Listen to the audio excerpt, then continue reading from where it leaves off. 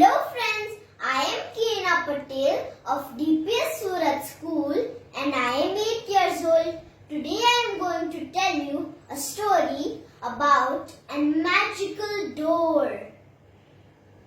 Sam had to write a story in homework. She was thinking and thinking until she was feeling sleepy and her eyelids were drooping. Suddenly, a magical door appeared in front of her. She opened it and landed into a beautiful meadow. There was a long river in front of it, but she wanted to get to the other side. Then she saw a bridge. She decided to cross it.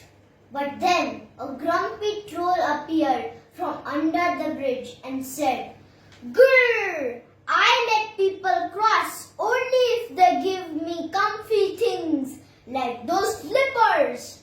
So Sam gave her slippers to the troll and went to the other side. Suddenly, a huge dragon whooshed down beside her and said, "I will give you a ride if you give me that teddy, because I like to cuddle with soft things." Then Sam gave her teddy bear to the dragon and climbed upon his back.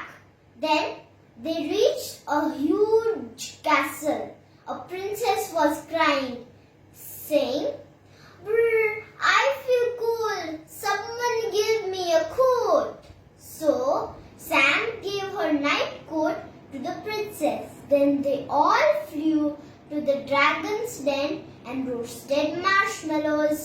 Sam was feeling sleepy and then she woke up with her start and she was in her own bedroom and she said, "My story is going to be the best." Thank you.